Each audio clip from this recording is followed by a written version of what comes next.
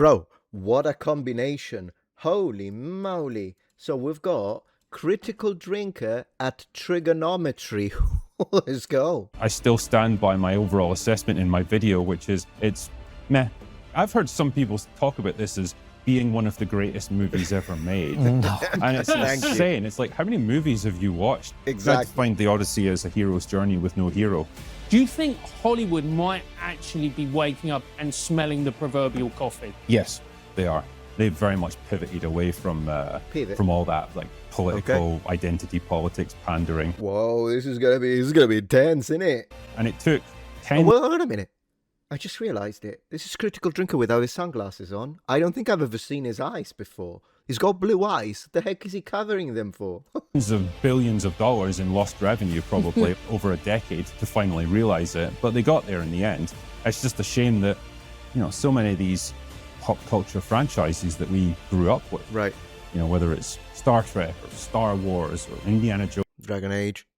Jones, whatever it might be, they've all been casualties of war in the process. True. Oh, this is going to be fantastic. Triggernometry is proudly independent, and sponsors like Hillsdale College make that possible. Based sponsor. Come on. Access their free library of world-class educational courses at hillsdale.edu/trigger.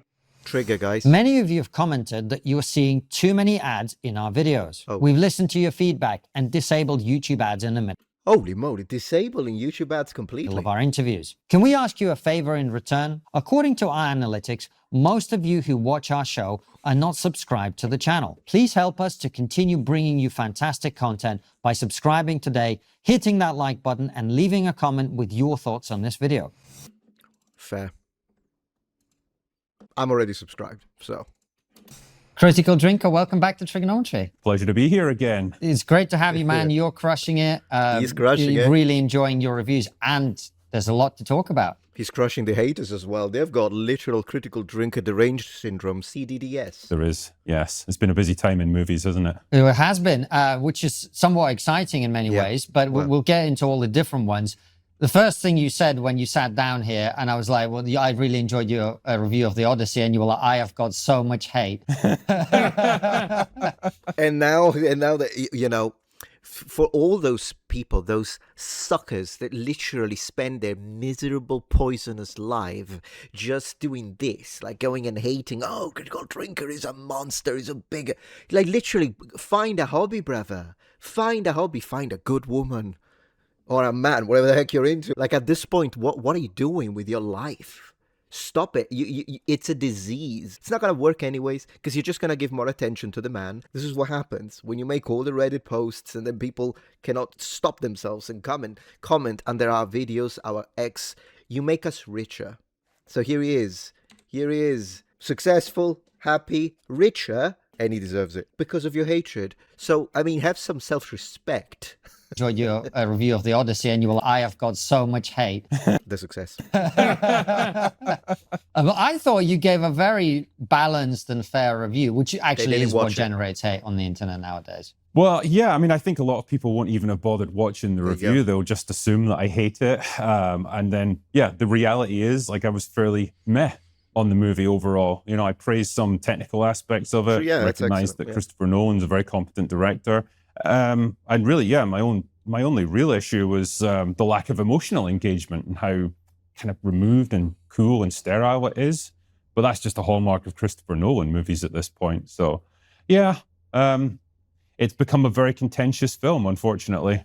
It's just the way it's gone. Yeah, and why do you think it is so contentious? It's probably because of the race swapping and the casting choices that they've made. Because when it was first announced, everyone was pretty enthusiastic. I loved someone who, you know, this is an enormous difference between someone like him. He's asked a question, he gives you a straight answer with the truth, directly to race swapping. You have to give me this one. A lot of the people that are defending Christopher Nolan online, or a lot of the people that are attacking us, me, Critical Drinker, that make the hit piece videos. I look at all these chuds that are being triggered by Christopher Nolan's masterpiece and they just don't get it and that kind of shit. If they were asked a question like this, they would never tell you it's a race swapping, even though it is. Regardless of what side of the culture war you inhabit and what are your opinions on it. Even if you're like, no, yeah, white people, we deserve it, because usually it's whites that are self-loathing more than anything, but whatever. Even if you're one of those people, like you're completely radicalized, at least have the decency to say that is the main area of contention. Then it's the costume department, then is the differences from the original work and all the rest, all the other things. But the main thing, the main issue is the race swapping and the casting. So they will never say it. They would never answer. They pretend. A lot of these people pretend the race swapping didn't even happen. It's unbelievable, the gaslighting. Enthusiastic about it, myself included. You know, it's a Christopher Nolan movie. He did great with Oppenheimer. Now he's going to tackle the Odyssey, like one of the foundational stories of Western civilization. Fantastic. I'm sure he's going to do a great job of it. And then you see the first trailer that came out.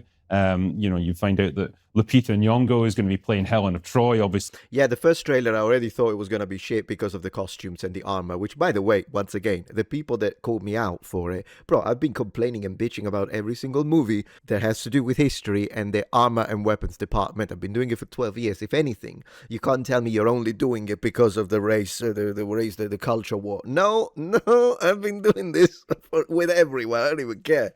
At least there is a line of consistency. But then this, which is unbelievable. Helen of Congo, there she is. That's quite a change from what we know Helen of Troy to be. Right. Elliot Page is going to be in it. The assumption at first was that they were going to be playing Achilles, which would have been really hilarious, but it wasn't that in the end. But still, it generated this crazy pushback online. I'd never seen anything like it since probably Snow White. He's right. With Rachel Zegler and all the stupid things that she was saying. That same level of vitriol was suddenly leveled at the movie. And like I say, it's not what I would have expected from a Christopher Nolan film. Same, he bent the knee. He did bend the knee. There is no question. And once again, and I'm going to keep spamming this in every post, all of the clowns that say, no, actually, Christopher Nolan is a neocon. He's a conservative, and he's trying to push I swear, I just reacted to this professor the other day. The video is online. You'll find it among my latest posts. That it was actually saying that Christopher Nolan is trying to push a message that it's pro-current administration. So it's a pro-Trump movie. Shut up. There's nothing conservative intentionally about this movie. And anything that you can find that is ever so slightly overlapping with conservatism or traditional values is either accidental, so you see it, but they didn't mean it that way. A bit like when someone looks at a painting and you extrapolate from it a meaning that the artist never meant there to be. A lot of critics do that, in fact. Or it's something that is a remnant of the actual ancient story. It's insane that the level of cope is insane. What was interesting to me is seeing that reaction, which, by the way, look, somewhat understandable given the sort of era of constant, you know, inserting artificially in many cases a sort of artificial diversity into things.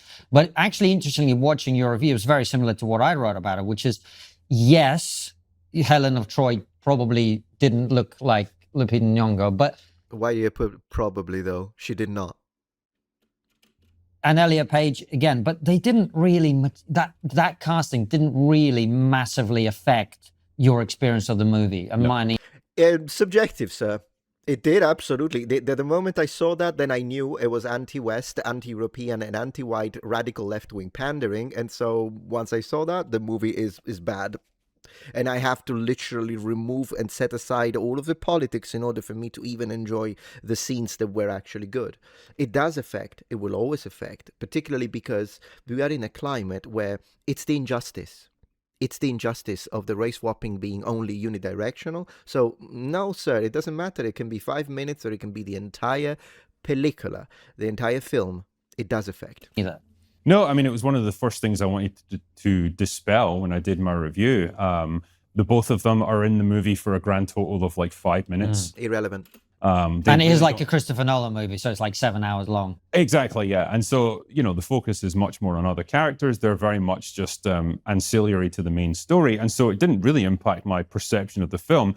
Like I say, my bigger issue with it was just the lack of emotional engagement with it. You know, this is all fine and dandy. We can all have our own opinions and I can respect them. But for me, my bigger issue is Helen of Congo. I'm going to say it. And you see, the problem is that I respect them. If that's what they want to think, that's fine. Oh, it's only 5 minutes, not a big deal. Okay, fine. I think it is a massive deal. I think it's an enormous deal, all things considering. This isn't the first time it ever happened in Hollywood. It's been happening systematically for the last 20 years. So it is a massive deal because it's part of a broader topic. But fine. It didn't matter to you, that's okay. Well, it did matter, but it wasn't the biggest of a problem. Your problem is more with the other aspects of the lack of emotional whatever. Okay, fine, that's okay. But the thing is that the radical cultists will still hate us equally. Like, they will hate me because I say Helen of Congo is my major problem. Then it's costumes. Then it's the lack of historicity with the architecture, armor, and weapons. That's how I put it. And they will think I'm a monster because of even bigot and Nazi and all of that. And about you guys that instead saying, oh yeah, it's a problem. Obviously, it's ridiculous, but it's the main issues are something else. At the end of the day, it's only 5 minutes. Then they'll still think the same. You're still Nazis, you're still bigots, you're still monsters because you didn't pretend the race swapping never happened, which is what you're supposed to do from the cultist perspective. So the cult perspective. And also, you didn't say it was a masterpiece 10 out of 10, so you're an angry, bigoted chud anyways. So what's the point? I mean, I don't think they're doing it to pander. I know. He particularly is under fire all the time. So that's his legitimate opinion. I believe it. Just for me, Helen of Congo is a problem. Helen of Congo. So would they ever interview me? I doubt it because I'm going to say it straight. Other people certainly have issues with its fidelity to the original text. Exactly. That's me. Yeah. Thank you. Okay. Obviously, what I've discovered as well is that there's a lot of people who've suddenly decided they're absolute experts on the Odyssey. That is so true. That's me. Yeah, online. So again, that's another fun aspect of this. You don't know how much you really want to believe from people, but yeah, as I understand it, he has taken quite a few liberties, particularly with the characterization of Odysseus. You know what I think? I think the people that say, you never read it, did you? They actually never read it themselves. They're projecting. They're telling on themselves. Turning him from this brave adventurer with this burning desire to get home to his family into basically a Vietnam vet with PTSD True. And survivor's guilt. That's a very big change to the meaning of the story. And again, people who are familiar with it took issue with it.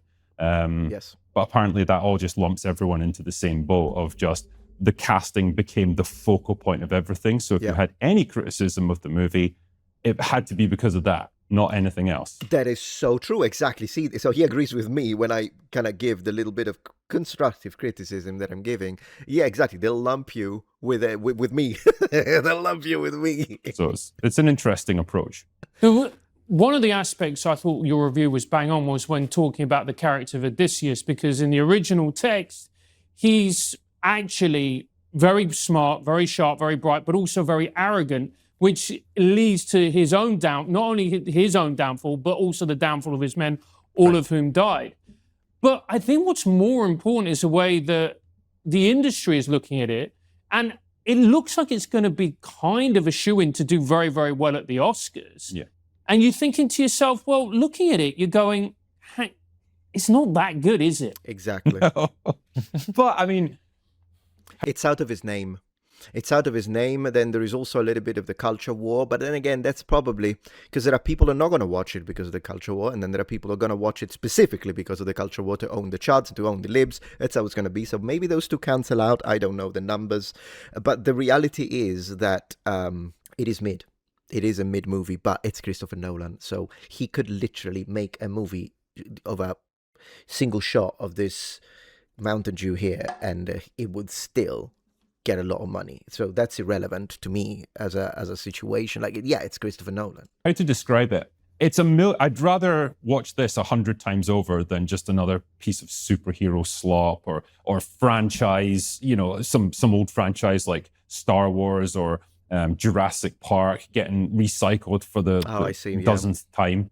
You know. So it's taken a stab at least something a little more interesting. So I guess if I was pushed, yeah, I'd rather that succeeded than other films of lesser artistic merit.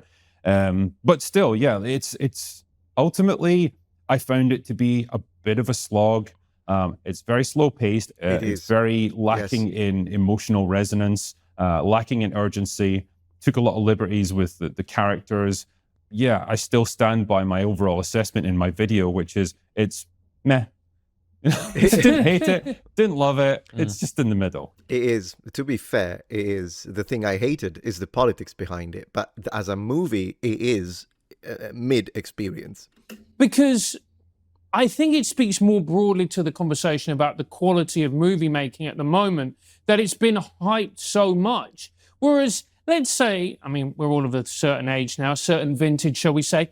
If this was, I'm just going to pick a movie year at random, something like 1996, would this even have been talked about as much? Would it have been hyped as much? Would everybody be as energized? Or would it just simply be seen as just another big budget Hollywood movie, which is all right? No.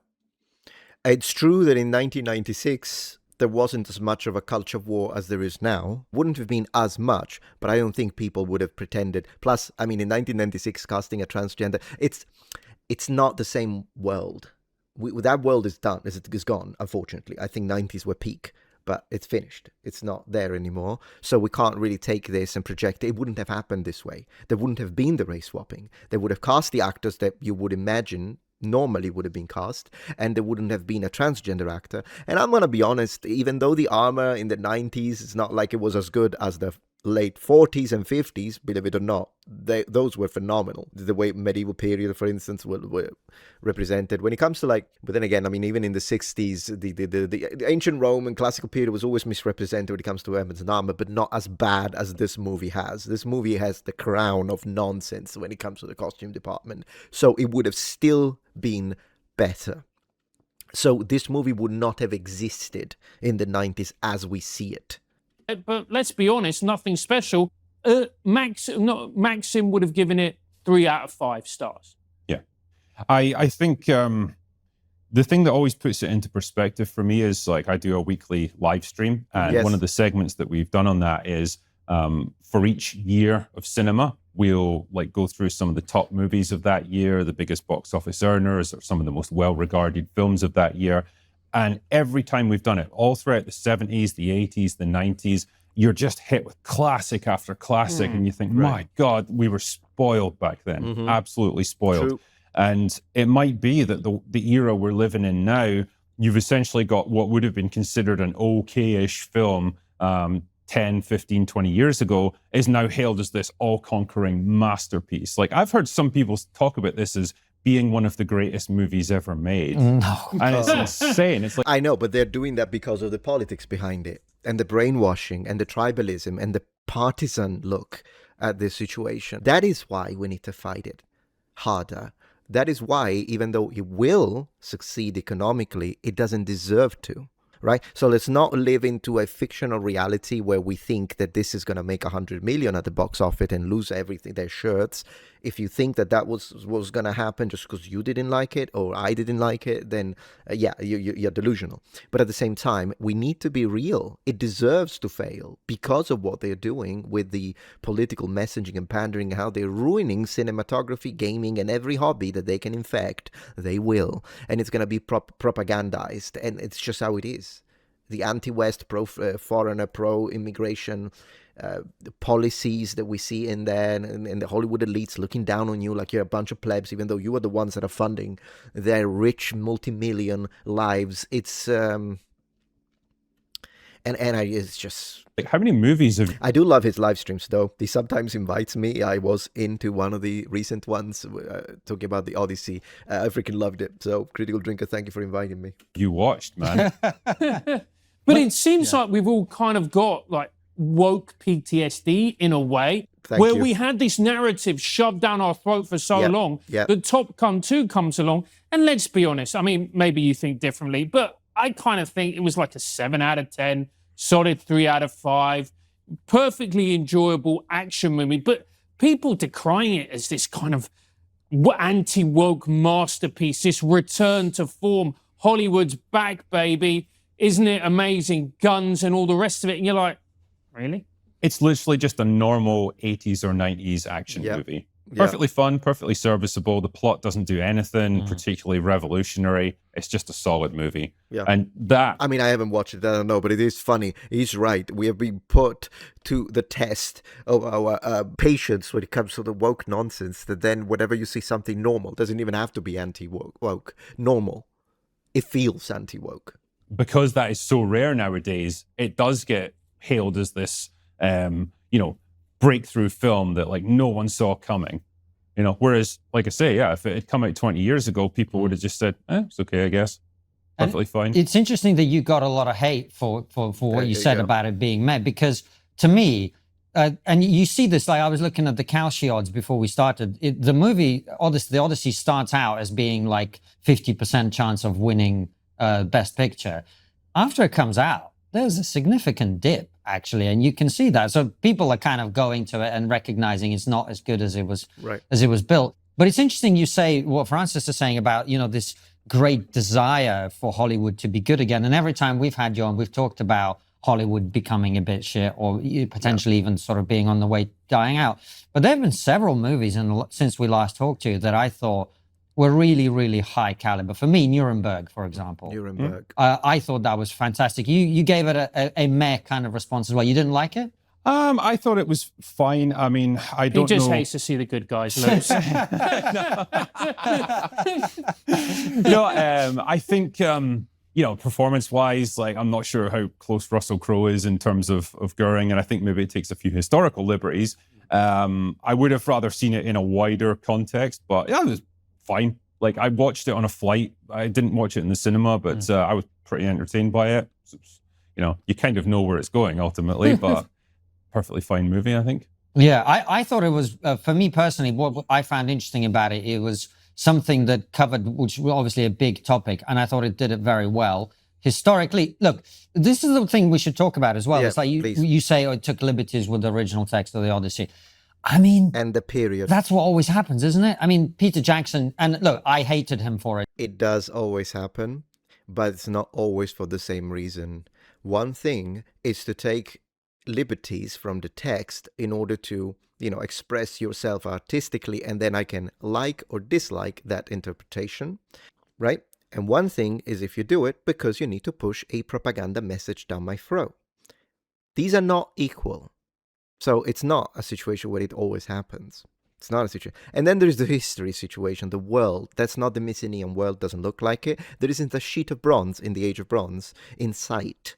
It's all rubber and plastic. I hope they talk about that. To be fair, he completely ruined Faramir in Lord of the Rings, which was, to me, irresponsible. It was horrific, unacceptable. And that's fantasy. Completely, because he reversed the meaning of the character in that instance, right? Yeah, I mean, his part was very much cut down and simplified.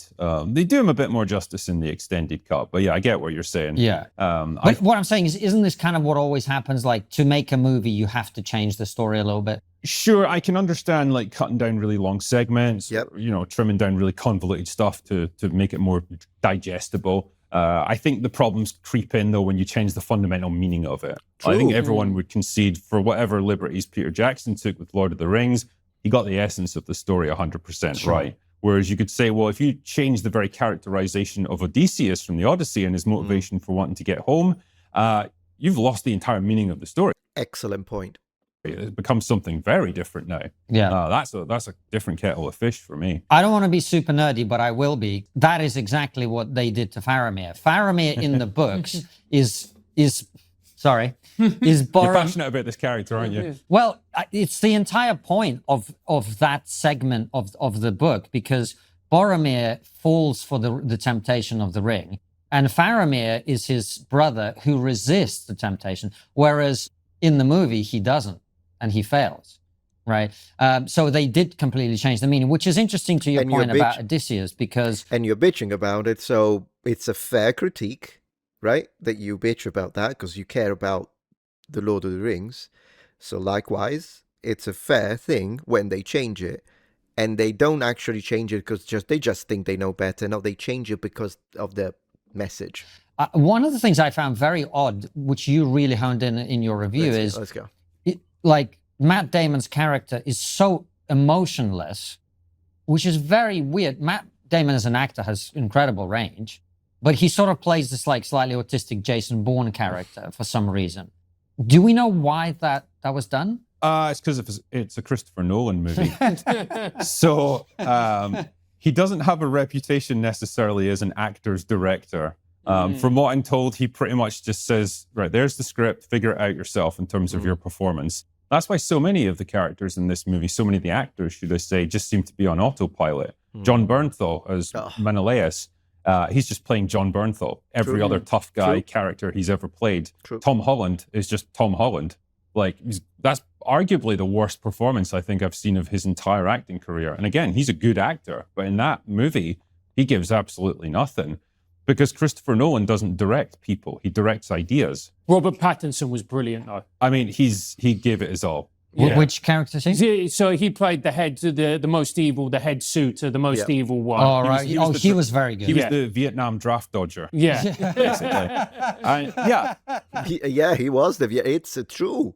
It is a very modern idea with the draft dodging that has nothing to do with the original way that they were, but whatever, yeah. He's a experienced actor. Obviously, he understood the assignment in this case and probably took it upon himself to just be, right, I'm going to be the biggest prick that I can possibly be in this movie. Yeah. And he did a good job, to be fair. Good job, I agree. Oh, he did a great job. But, you know, it's really interesting because I've really got back into movies recently. And it seems to me like this idea that Hollywood is dead, it's kind of premature because I went to watch Obsession in the cinema. Was good, yeah. I mean, that's a good movie. Yeah. That is a great movie. I think, I don't think anyone would say Hollywood's dead. I think it's been on a decline, certainly in the past decade or so. It's been kept afloat by these big, mega-budget superhero movies. To me, when you say Hollywood is dead, it's nothing to do whether or not they're being profitable or whether or not some movies can be successful. Not to mention, was Obsession a Hollywood creation? I thought it was from like a independent YouTuber thing that then got a budget. I could be wrong. I'm not sure. Is Obsession a representation of Hollywood elites? Whatever. But maybe I'm wrong. Maybe I don't know what I'm talking about. But the idea to me, when they say Hollywood is dead, it doesn't mean that they're not profitable, they don't get good, successful movies here and there. It's because it's lost what it used to be. Just like D&D. D&D is dead to me. Because it's not the same thing. It's unrecognizable. It's full of politics to a point where it's not the same thing that it was back in the day in the 80s and 90s when we were playing it. Likewise, Hollywood is not the same. As you said, in the 90s, this would have been a completely different movie. It's a completely different experience. The cinema in the 80s is a completely different experience. Now we've got race swapping all over the place. Everything looks awful when it comes to the real colors and representation of ancient people. They keep telling us about representation, why they race swap only white people. And then there is all the anti-man, anti-masculine, pro-immigration messages all over the place. Hollywood is dead compared to what it was, not what it used to be. Things like the MCU and DC and so on. When you're pulling in like $2 billion per film, you're keeping the entire industry afloat. Those are tentpole movies. Obviously, that's petered out a little bit in recent years. People are moving beyond superhero movies, but the demand is still there for interest in films. And I think movies like Obsession prove, particularly with horror, all you need is a good idea, a good hook to get people in. You don't need a huge budget. You don't need big special effects. You just need a good hook, a decent script, and some good actors. And away you go. And that, depending on the genre, I think horror particularly works with that. But yes. The movie cost $750,000 to make. It's sitting at like $450 million. It's on track, I think, to be the most profitable film of all time relative to budget. Wow. So the appetite is there for interest in movies. Maybe not necessarily on the scale that we've seen them before, but scale down the budgets a little bit and you'll still turn a profit. So it can be done, for sure. And you look at, like, for instance, the cast. I'm into movies, not as much as I was, but I follow the directors, the actors. I didn't recognize any of those actors. In Obsession? Yeah. No, they were mostly not unknowns, but relatively low profile. Not anymore, of course. Yeah. The girl who was in that, I mean, she deserves all the awards for that performance. She absolutely carried that movie. Yep. I think Indy Navarrete is her name. But yeah, you can watch it, by the way. You don't need to go to the movies anymore. It's already released on Peacock. She'll be commanding like $10 million a movie within a few years, easily. And what it actually shows is what you're talking about. Look, and this was the thing that I found most egregious about the woke period. It's just all we ever wanted as audience members was to please tell us a story. Yes. And it doesn't matter what the story is. If it's a love story, Tell us a good love story. If it's an action, well, there's an argument to be made that every story is a love story. But if it's an action movie, we don't want the other stuff. Just tell the story. Exactly. Absolutely, yeah. And that was always the pushback. You know, it's like, I don't want this movie to espouse my personal politics or reaffirm all my beliefs about the world. It doesn't matter. It's entertainment. I'm there to escape from like the mundane realities of day-to-day life. And I'm there to escape from all the politics that comes with every other part of day-to-day life. So that's all it needs to do, is entertain you. It's not that hard, but they made it hard. You say that they made it hard because they're doing the same thing Nazis and fascists did, and Soviets. It's they use the media for propaganda pushing, brainwashing of the masses. They made it hard. Do you think they've learned their lesson now? When we look at, for instance, the Odyssey, which isn't a woke movie, as we've discussed, and we look at... It's not a woke movie. It's absolutely a woke movie. I'm happy to discuss this if you want. There is no question that it's a woke movie. It's not as woke. That's the difference. If you take something else, but it is a woke movie. It doesn't, like, what are we even doing here? If it's full of race swapping, if it's full of feminist messaging, if it's full of pro-immigration messaging, if they cast a transgender actor, if they try to put down toxic masculinity, it would have been a woke movie even if the only thing they did was Helen of Congo. That's enough to make it a woke movie, even if it's 5 minutes after 3 hours. Obsession, and we'll talk about Project Hail Mary as well. Do you think Hollywood might actually be waking up and smelling the proverbial coffee? We are Greeks from Ithaca. How is that not a woke movie, brother? You can spend 3 hours in a cinema watching Christopher Nolan's movie adaptation of the Odyssey, or you can spend that same 3 hours understanding the actual poem for free, guided by Hillsdale College professor. Hillsdale College runs free online courses on the books that shape the Western tradition, taught by their own faculty, using the same material their students study on campus. The newest course covers Homer's The Odyssey. Professor Benedict Whalen walks through it. Courage, loyalty, leadership, temptation, family, and what it actually means to go home. It has held an audience for close to 3,000 years. That doesn't happen by accident. The scene that changes how you read the whole thing is Calypso offering Odysseus immortality if he stays with her, and he turns it down. He picks a mortal life, an aging wife, a home that might not even want him back anymore. That's the entire argument of the book in one scene. There are more than 40 of these courses, and I couldn't recommend them more highly. Go to hillsdale.edu/trigger to enroll. It's totally free. Read the classics, study the West. That's hillsdale.edu. And then I would have added defend the West as well. /trigger. Fine. Yes, they are. You can see a lot of the pivots starting to happen within the bigger franchises. Like Marvel is a good example of that. They've very much pivoted away from all that like political identity politics pandering. Splendid. And I think Hollywood has grudgingly learned their lesson. I think maybe they convinced themselves, probably based on things like what they see on the internet, on social media and so on, that the world was this progressive, like hard left utopia, right. You know, and they needed to match that. And it didn't work out. And it took tens of billions of dollars in lost revenue, probably over a decade to finally realize it. Yeah. But they got there in the end. It's just a shame that, you know, so many of these pop culture franchises that we grew up with, you know, whether it's Star Trek or Star Wars or Indiana Jones, whatever it might be, ruined. They've all been casualties of war in the process, yes. And they're not really going to come back in the way that they once did.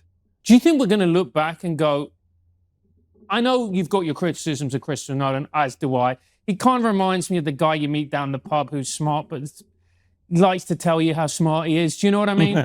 You know, using words like chthonic and you know, everyday conversation. You go, did you really need to, Christopher? But are we going to look back at him, particularly with Oppenheimer, and go, like, this is a guy who maybe saved Hollywood?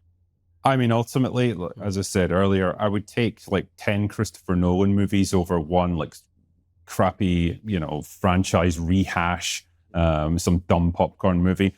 Whatever criticisms I or anyone else might have of something like The Odyssey, it's still a relatively intelligent movie grappling with some pretty challenging source material. And hey, there's a lot of people now that are probably going to read The Odyssey in its original form because of this movie. It will have piqued their interest in classic literature. So hey, if Hollywood has to go in one direction, I'd rather it was that. Well, yeah, the only thing is, like... I would rather, though, that I agree with him, but I would rather that the interesting classics could have been done through celebration, not bashing them and saying how misogynistic Homer was. Like, why can we not have both? Why do we have to be happy and take the win? Oh, well, at least people are going to be interested in the classics. Yeah, after they have bastardized them, after Lupita Nyong'o being paid millions because of the genius ideas of Homer, she had to turn around and shit all over him. I'm not okay with that. It's unjust. So, no, I won't take the victory. I won't take it. Because the only true victory is respect and celebration towards the foundations of the West. Not this. It's not a victory. You said earlier, and I think all of us were discussing this, you kind of put it up there with the ancient World War movies, and you go Gladiator, Troy. You know, you can throw a few others in there, but it's like, it's not even on that level. True. You know what I mean? And you're talking about one of the greatest directors in Hollywood history, according to some people, and one of the greatest stories in the Western canon, if you like. And it's just like 7 out of 10 at a stretch. Unlike a Yeah, I wouldn't give it a 7 out of 10. It's a 5 out of 10 or a 6 out of 10, maybe if you really had a good time at the end. Without the end, 4 out of 10. Considering the politics, 0 out of 10. I would never give 7 out of 10 to the Odyssey. Gladiator, there was, 10. Yeah, I mean, for me, the bar for this sort of thing is, would I want to watch it again? Right. Yeah, and so exactly. you could probably say you were flicking through the channels, you happen to catch Gladiator on. Oh, yeah. You'd probably say, yeah, I'll watch this. Yep. It's pretty good. With the Odyssey, nah. I said at the end of my review, I'll probably never watch it again and probably not really think about it again. But then you guys are asking me about it and you're making me think about it, damn it. Well, you do. It's an excellent point. I've used that myself. Whenever I give, not that I'm a movie reviewer or anything, but then again, the professional critics are all paid off shills. So at this point, I'm more of a movie reviewer than them. And I will say this, I would never give 8, 9, or 10 to something I wouldn't happily rewatch periodically.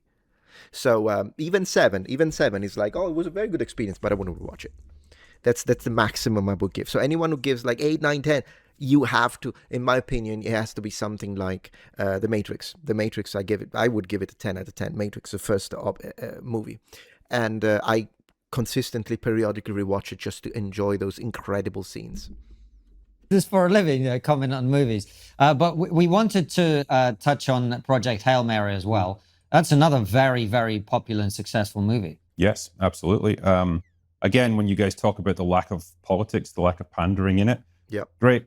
It's a movie that's just entirely about, adventure, science, friendship, just universal themes that basically anyone could watch. Yeah, and you don't have to be like some hardcore science fiction nut to appreciate it. It's not pitched at the same level of a Christopher Nolan movie, which is a great compromise. It makes this stuff accessible.